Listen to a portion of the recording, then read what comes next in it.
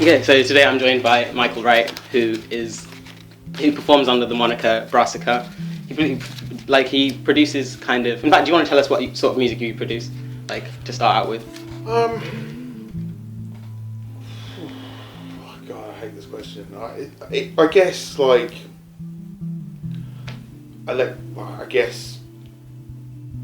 Oh, I don't know really. I would lean. I would say electro. I would say like synthy stuff, electronic stuff, like like disco as well, like new disco type stuff. Right, like, okay. I always get kind of put in that category in like record shops and stuff. So I think I feel kind of comfortable with that because of the sort of tempo and the kind of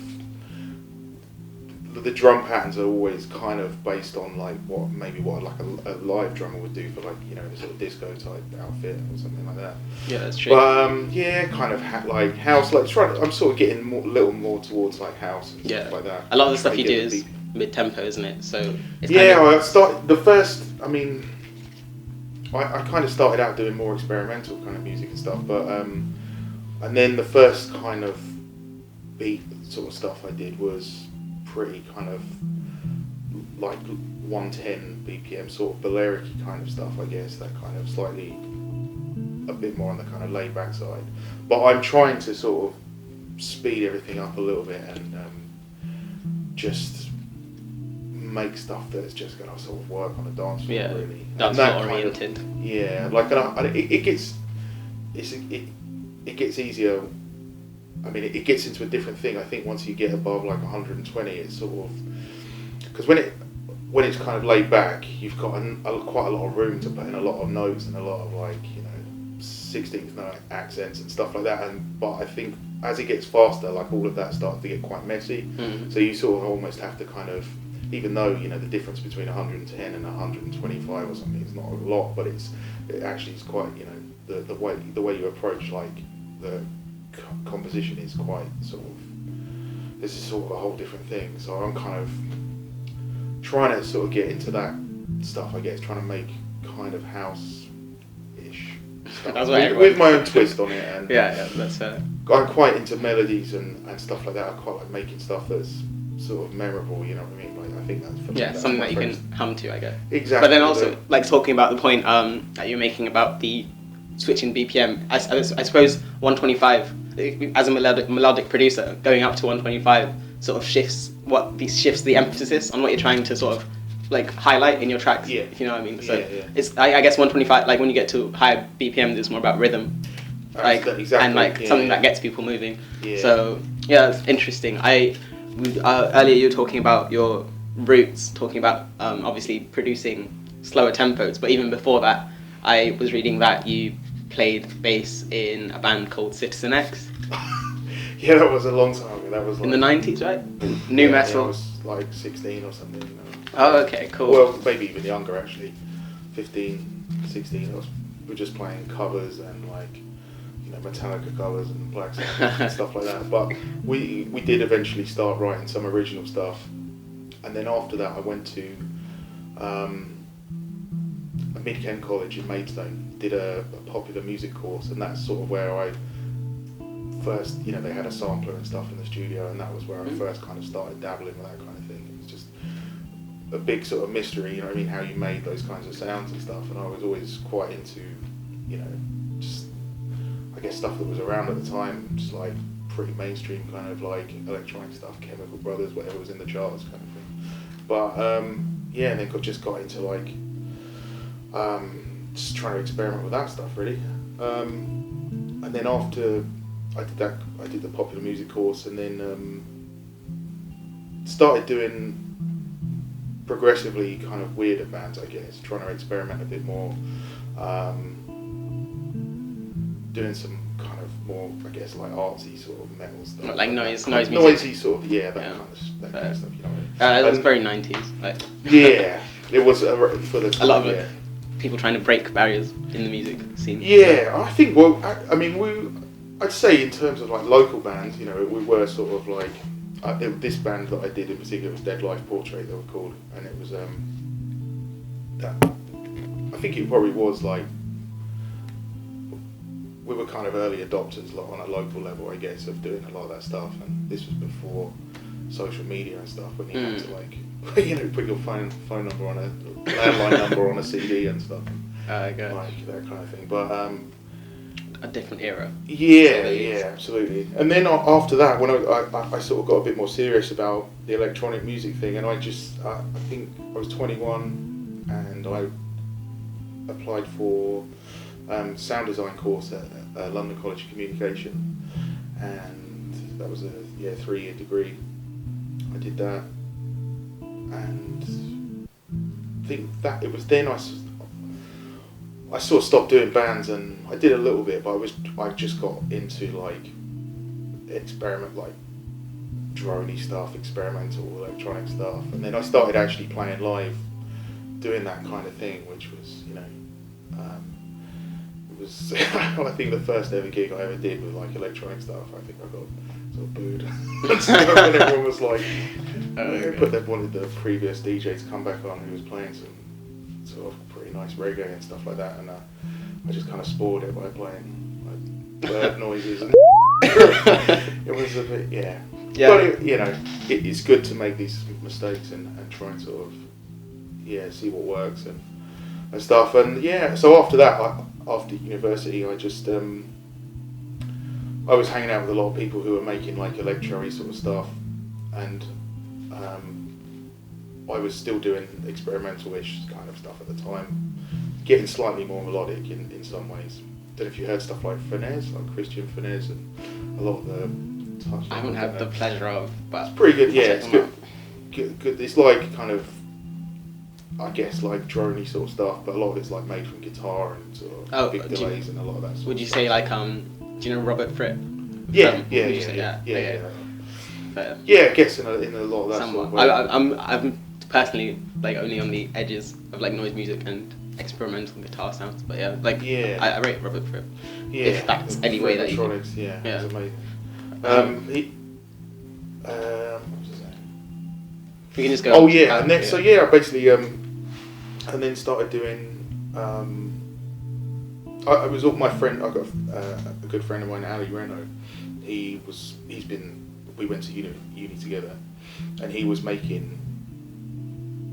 been making electro sort of stuff for quite a while. That kind of Dutch sort of sound, like IF and stuff like that. I'm not sure if you've heard much of that stuff, but I'll send you some stuff anyway. I'll send you some links.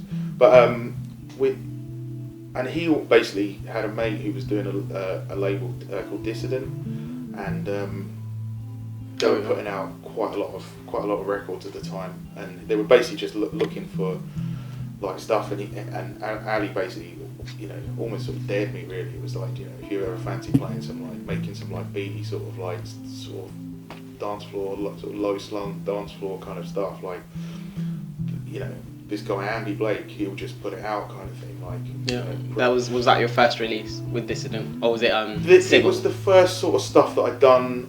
So I started the Brassica name, and then I did a CD on a label called Tartaruga, and they were the kind of like that was a kind of experimental label, and I basically did. So, and then just around that period, I kind of did a couple of tracks which I gave to Andy Blake, and he was quite, he was just like, would be up for putting it out like this week kind of thing. So I was like getting it. He was just turning them out at the time, like two records. Well, getting pressed as well. Getting them pressed, getting them back really quickly, and just getting like. So it was really consistent, and I didn't even have time to think up another sort of moniker or anything at the time. I just kind of went with that, and just sort of did what I thought was going to be maybe a one-off record, but just I ended up doing another one with them, and I got picked up by like blogs and stuff at the time, and then just had just like getting requests, saying if you got any more stuff like this, you want to put it out, that kind of thing. Yeah, that's a really good story. So I kind of just fell into it by accident, more or less, I suppose. And I guess it's been pretty much since like 2008 or 9, I'd say. It's been keeping me going as a project. That's really cool. Yeah. I guess accidentally like by chance, it's it's kind of the most fulfilling way for something to happen that you obviously are like passionate about, obviously studying music for so long, but like when it happens by chance or just like by a series of events occurring and then like just sort of snowball effect. I think it's the best way to do it, really. I mean, I suppose you can kind of, you know, plan in advance kind of what you want to do, but sometimes it's nice, like you say, you know, to just for these things to happen like bit by bit. Because I have to be honest, like I wasn't sure what to do. Like when I left university, I wasn't sure if I was going to go into like trying to do like film sound or like TV sound, you know, Foley, that kind of thing, or just like or trying to sort of just makes me. I just sort of didn't know what to do. I had a few jobs around the time. I used to work for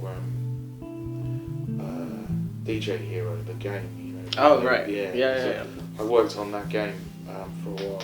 What, doing tracks or I did eventually a little bit, but I was actually just kind of mixing and mastering the tracks. So they had like loads of people kind of working in a big studio on headphones and stuff, and then they would kind of submit the sessions over to like a main studio where me and a couple of other people kind of mixing them down and just trying to make them sound kind of good on TVs and stuff like that. But but I wasn't music wise. I was never. I mean, I like a lot of music, you know. So it's quite difficult to. I always found it really, and I still do really, find it hard to narrow the ideas down to, you know, just a few things. It always sort of baffles me when people kind of, they're so good at sticking to one idea, and they, you know, it amazes me really. But I'm sort of getting better. I think I'm kind of starting to, just by process of elimination, just sort of, you know, saying, I'm going to kind of leave that stuff behind. And what sounds good and what you shouldn't really latch onto, I guess. And I think now just like having,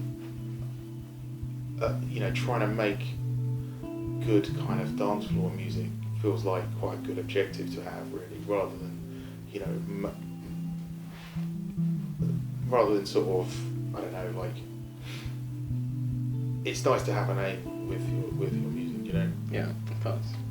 With anything really. As long as you're working. I mean, I know that, you know, art should be like, you shouldn't necessarily have to like, you should just do stuff without having a reason for doing it, I guess, you know. But I don't know, I kind of prefer having a few aims at least, I think. But yeah. I think aims and reasons are different. Like a reason would be something like, oh, I need to like survive or I need money, like, which is obviously completely unjust when you're pursuing art. But like, if you just want to achieve something from your art, I feel like that's reasonable. That's a different thing. But then sometimes that is people, you know, that will define like people's reason. Like if they need to make money or something like that, that will define the music they make in the first place. Yeah, true. It'll just be generic, pumped out, like a machine, like the music machine, as it were. Yeah, sure. So, yeah. Talking about Brassica, you said you kind of just chose it and stuck to the name. Like it's a plant, right? What's the story behind the name? It's a family. A genus. Yeah, exactly. Yeah, it's to be honest with you. Is it just nothing really? Is it just like? Well, it was at the time. It was when I started the experimental project that I was doing. It was it was kind of the word just kind of seemed to fit really with the sound of the word more than anything. It seemed to fit with the music that I was doing. Phono aesthetics. It was I think really that's all that. I mean, I think with the name, I think that's pretty much all it is. It's like it's just a word that sounds you know, a certain way. It just felt, I don't know really, it felt right. And I think I suppose maybe because people always ask like what, you know, they always presume there must be a story behind it, I guess, and there isn't really, but it's nice for people to at least think there is some story behind it, I guess. You should just make up a like really extravagant backstory. I've tried to. I should be prepared with a better story. Really. Nah, to be honest, like the honesty of just like saying like I like the sound of it. I guess like maybe kind of trying to think too much of a backstory behind your name is just a bit pretentious, like clear times. Like obviously it can be a reflection of like your art or how you feel or whatever, but like sometimes it's just a bit like you're just making music and like it's not really the name that matters as long as it's something memorable, and that's like what you were saying. I think so, and it's kind of easy and just Yeah, it rolls off the tongue. yeah. I mean, I always wonder if like people ask Fortet where the name came from. They do. I don't think they do. No, they do. There's a story behind it. Yeah, Yeah. it's because he has a really big forehead. Like, and when he was younger, they would call him Kieran Fortet. Like, right. and then or Kieran Forehead, and I think it kind of just developed from there. So like, I think didn't realise that. I think obviously that's kind of a bit deep because it sort of stems from him being like verbally like abused by people, like making fun of him. But like, yeah, I guess there's like some. It doesn't really matter. It's just like a nickname that sticks or something. Yeah, and that's kind of fair. But yeah, there's not very much in a name. I don't think it's just. It's not one of those things that's worth like spending too much time on, really. Even like track titles and stuff. I'm normally whatever it ends up, the track ends up being called is the thing that I just press save when I'm starting writing a track, and then just the first thing that comes into my head. I normally ends up sort of sticking, really. But yeah, I suppose as long as if the music is good, then yeah, the rest content of it is over just extras. Everything else. Yeah. You were talking about being picked up by blogs. In your early career, would that be where you got your links with the Bicep Boys? Feel My Bicep crew? Yeah, definitely. I think it were, I don't know, I don't even know if it's still going. There was one called 20 Jazz Funk Greats that were around for years, and at the time they were like, I think that was what I was getting. I was like checking in with them, like with the stuff that they post like amazing stuff like every day, and I always kind of thought, I could sort of, I feel like I could sort of do something that fits in with this world of stuff, maybe a little bit. And I sent them a track, and I didn't really expect them to even respond, really, but they really liked it, and they sort of write a little kind of just some completely abstract. So I think it's probably just them freeballing about like different stuff, just like what is in track just stuff that describe like right. things that like I guess like images that can't spring to mind when they're kind of here, it's ridiculous. So it was just them, and then Phil the Bicep guys, they were they'd put a couple of tracks on their blog and stuff, and they've been, because a lot of people, they're kind of, I think people's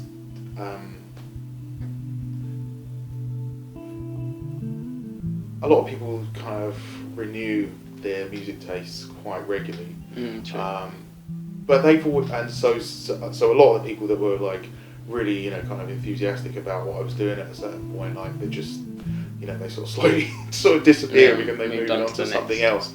Because I think at the time, like there was the Italo sort of, this second or third wave of Italo. It's come back again this year. Well, not this year, but like in the last year. That was kind of like a thing at the time, and then that just sort of got superseded by like just Jack in Chicago House and stuff like that, and I think everyone started like going on to other stuff, and then I kind of I was like, I'm going to stick with what I'm doing, kind of thing, rather than just like try to keep up with keeping up with whatever's trendy at the time. But and Bicep they've been one of the few people that have like sort of been consistently interested in what I've been doing, really, because it kind of goes in waves. Like if I don't put a record out for a little while, then I'm as good as sort of dead, really. Like nobody's sort of pays any attention. But they were always like maybe like every couple of months they'd just get an email sort of thing saying, you got any new tracks or what you're up to and stuff like that, which was always really nice.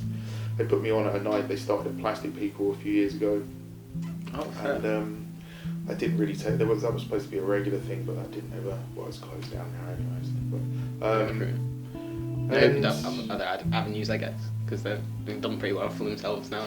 I didn't know they were such like tastemakers, I guess, or like so like involved in what they were doing, if you know what I mean. Just because when you see them, you just like when you see such big DJs, you just see them as DJs. They're not really people who are like going out and looking for, I guess, or like looking out for like the smaller artists that they support in such a way. Like I don't think you'd see that so often, and especially as like label heads as well. To be fair, like I just overlooked it personally, and I feel like a lot of people might do that.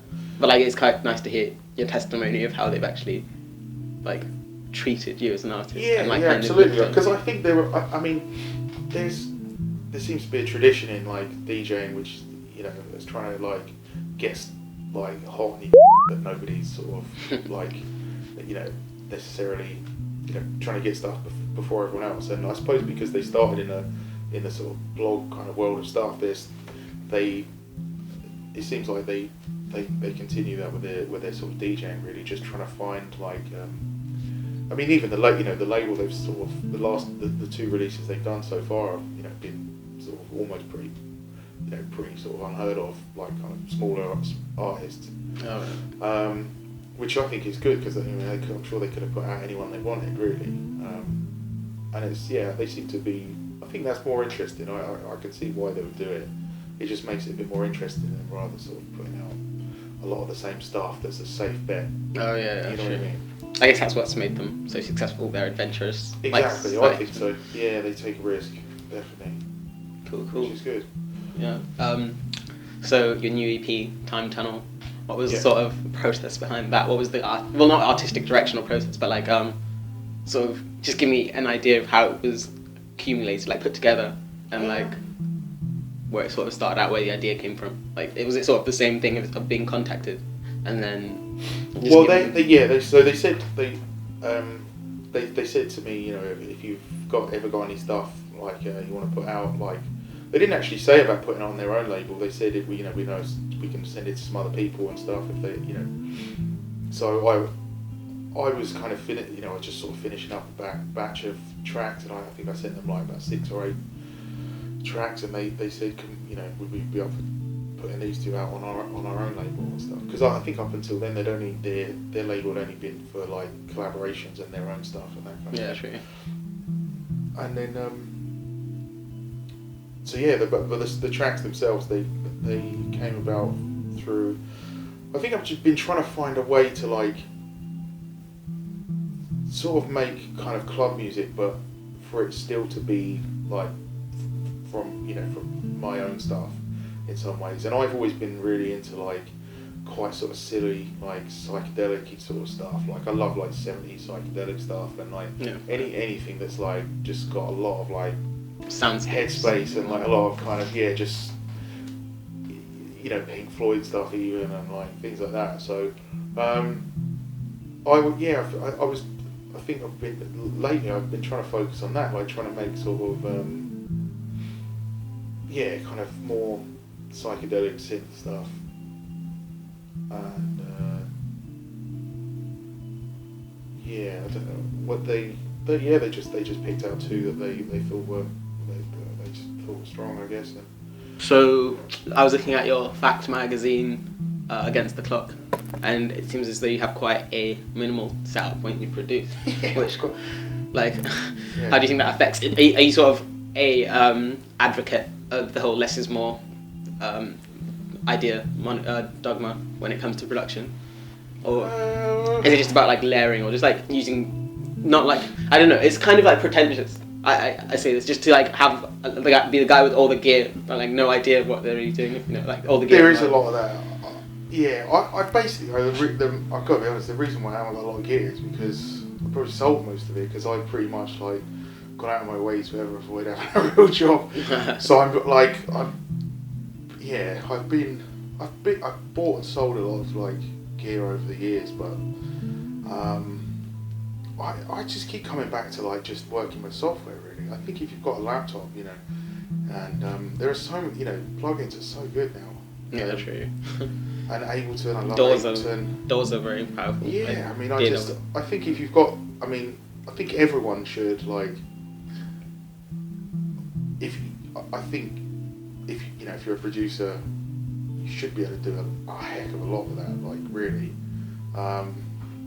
A lot of people don't. I'm sort of getting to a point now where I'd quite like to have, some more sort of synths that have a bit more of an analog bite to them and stuff like that, just so I can kind of get, some different sounds, really. Because I think I'm trying to, going in the direction where I'm trying to have like quite music that has less elements, but the elements that are there are kind of really pushed to the front. And then when they are pushed to the front to a certain extent, you have to you start to hear more detail in just like in much smaller things. And I think that's where you start to think about the quality of your preamps and having like a synth with a really nice filter and stuff that has every little step has like loads of little nuances and stuff like that. But this thing is just I basically my uncle. What keyboard is that? This is a Nord Modular G1. Oh right, okay. Yeah, because the Nord made like the massive stage keyboards. Yeah, they've stopped making these things now. It's kind of so it's kind of got a software environment thing where you can make like it's like modular synthesis. So you can basically make a synth basically, and then it can run 4 at one time, and they can be could be anything from a sort of drum synth to like some an emulation of a Juno or whatever. But it's just like I'm getting to the stage now where I did a gig, the gig at the Bank Bar in Folkestone. It was just sort of a trial run because I haven't played live in ages, and I've just been doing like studio production for quite a long time, and I've just wanted to get really good at mixing and getting like tracks sounding as good as possible, and I think so. It's the first live gig I've done for quite a while, and I just sort of realised that it isn't really cutting it. So the next gig I'm doing is going to be I've just swapped all of the things that I was using on here for soft synths, and it's actually like sounding like a lot better. Oh, fair. Yeah. So soft is in software. Like, software, yeah, soft synths, sorry, yeah. Yeah. My bad. Yeah, okay. I guess that's fair enough. I think it's not the means, it's more the product in this sort of instance. I think so. Yeah. You were saying about the less is more thing. I think it definitely can be. But I think if you make music, if you own a laptop and a DAW, like that goes out the window anyway because the possibilities are so Yeah, true. Yeah. There's infinite amounts of information that you can like use online to just like educate yourself. Like they're just like I actually feel bad like because I torrented my DAW, and like actually thinking about the amount of like production and software and effort that goes into that. Like I feel guilty just because it's so powerful and like someone's put in like so much time to make that. But like that's another story. Yeah, that's a difficult argument, I suppose, because really like the fact that you downloaded it doesn't mean that they've necessarily. It's not like kind of going into a shop and stealing something. Really, it's the same with music, I suppose. It's difficult. It's like when there aren't any physical copies of anything actually. It's like so they've already designed the software, and I suppose in some ways they kind of it's not a massive loss if they I don't know, it's difficult. I'm sort of I try to buy as much software as I can or just find free stuff if I can, but just to be morally just. Yeah, and also just to make sure it works, like it's definitely working. And it's nicer just to at least email someone if it's not working, and try and sort of get some. Ableton are really good for that stuff. Like if you have a problem, they'll pretty much like get back to you pretty quickly with that stuff. Or like you say, find stuff online. There's a lot of resources. Yeah, okay, that's cool. I think this is my last question. So Sure. I just wanted to get your mindset about how you feel about your set coming out on Warehouse Project, because I think like when this is put out, it'll be the day after. So like, how are you feeling about such a like foreboding show? I'm pretty nervous. I've played a few like bigger gigs in the past, but I've got a little bit of time before now and then, and I'm just basically trying to make sure that it's like completely watertight, and I can't sort of make any massive mistakes really, just as as long as the equipment doesn't fail and stuff, I think it should be okay. But I'm kind of looking forward to it. It feels like it's around the time the record comes out Friday tomorrow. Friday it comes out, and and there's a little bit of like buzz around it and stuff. So it feels like a good opportunity that I think if it goes wrong, it's never really a big deal. Like it's never a disaster. People will they'll just forget about it quite quickly. But if I'd like it'd be nice if it goes well, because it would sort of keep the ball rolling, but keep the momentum going with this stuff, and hopefully I can like follow it up with some other records and stuff, and just sort of keep it going really. But I've started to.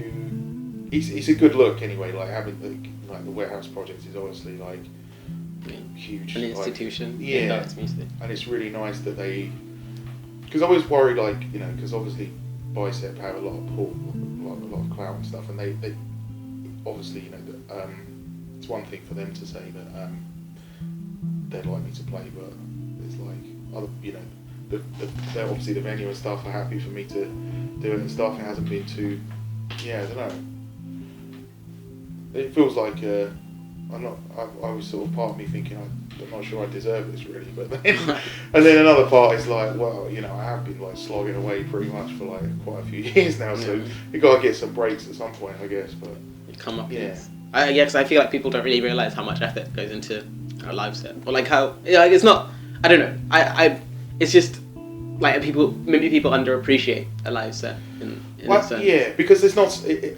Aside from the effort that you put into actually sort of building the set that you're actually playing there and then, there's the years of. I've played a lot of I played like quite a lot of big venues and stuff, Plastic People and Corsica and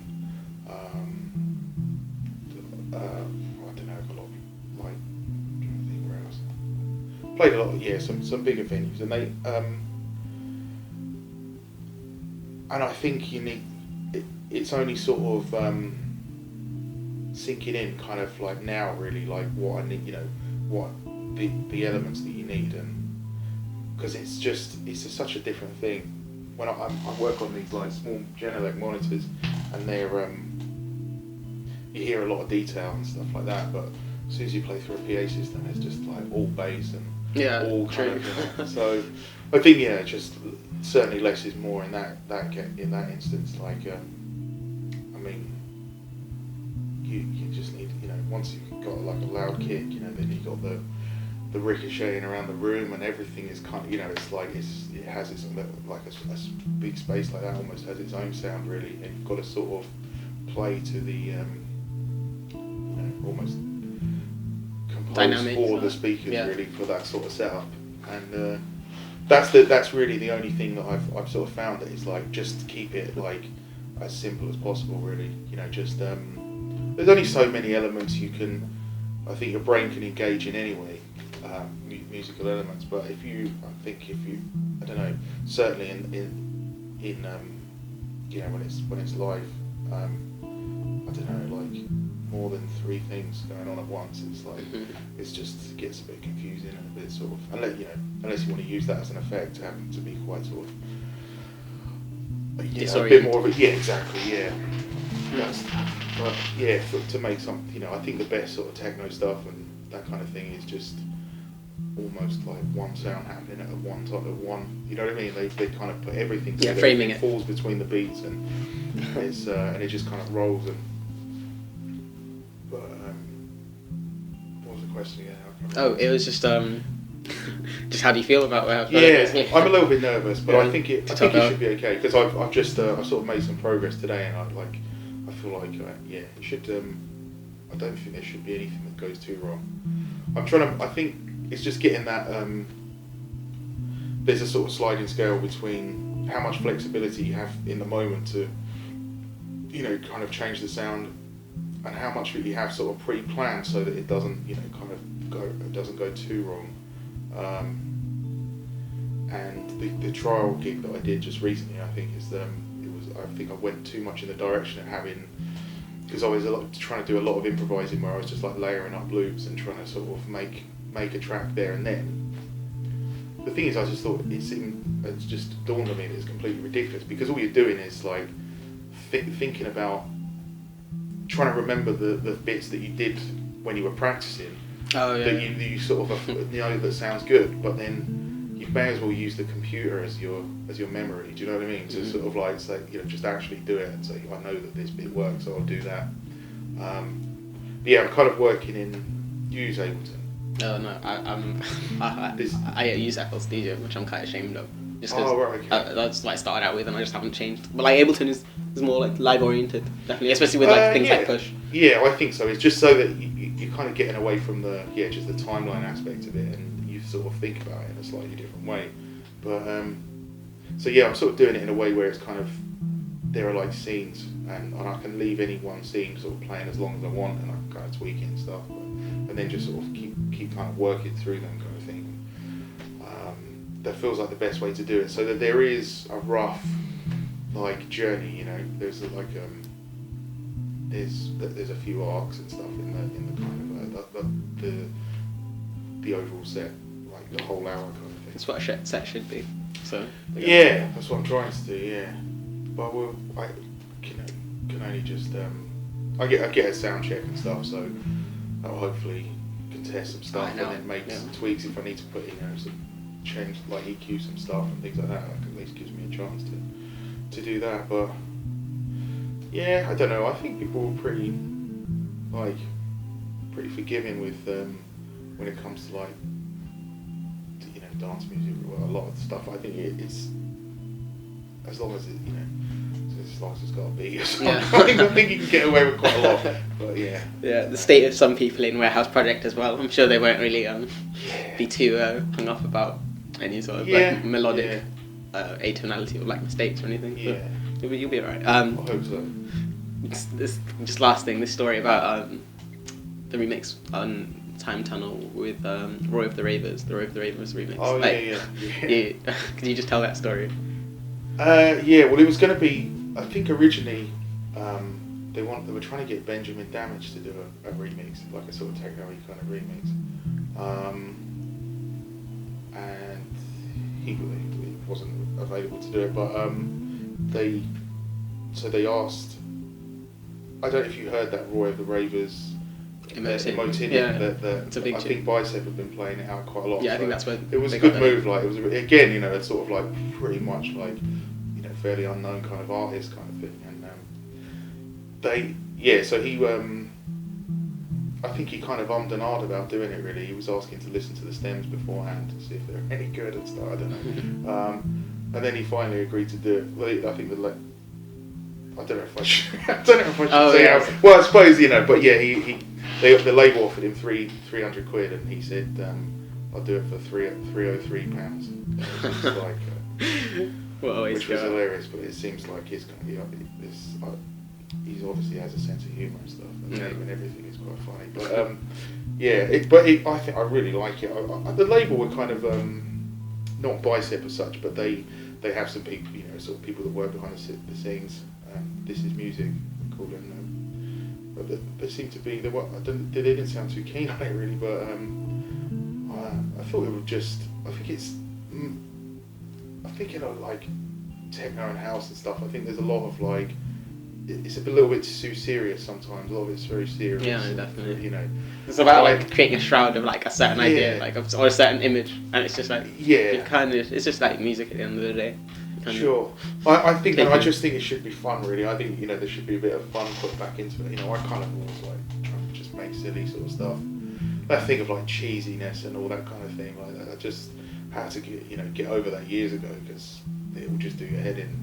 Thinking just the things that worrying if this is cheesy or is that cool or all this sort of shit. It's not possible.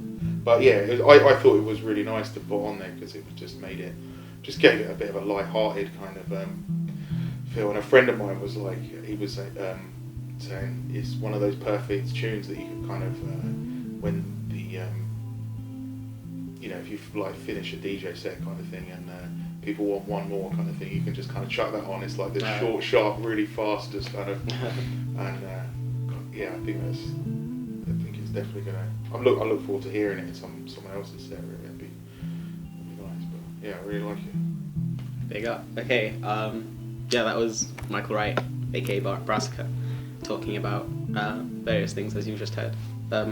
Is there anything you'd like to say ahead of, like, to finish up? Or?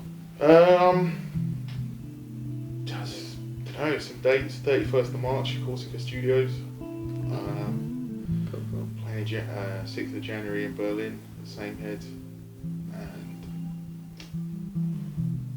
26th of March at Shine in Belfast. And another date as well, the Block venue, which I can't remember. I should have had things ready, really. But yeah. Yeah. Either way, follow him on social media, and you will get the insight into all these things. But yeah, otherwise, note down those dates. Also, Friday, the 9th of December, is the release of Time Tunnel EP, which is his latest EP. So, yeah, that's been me. It's been a pleasure having you, Michael. Thank you Thanks very much, for your time. And good luck with your sets and Cheers, dude. your future.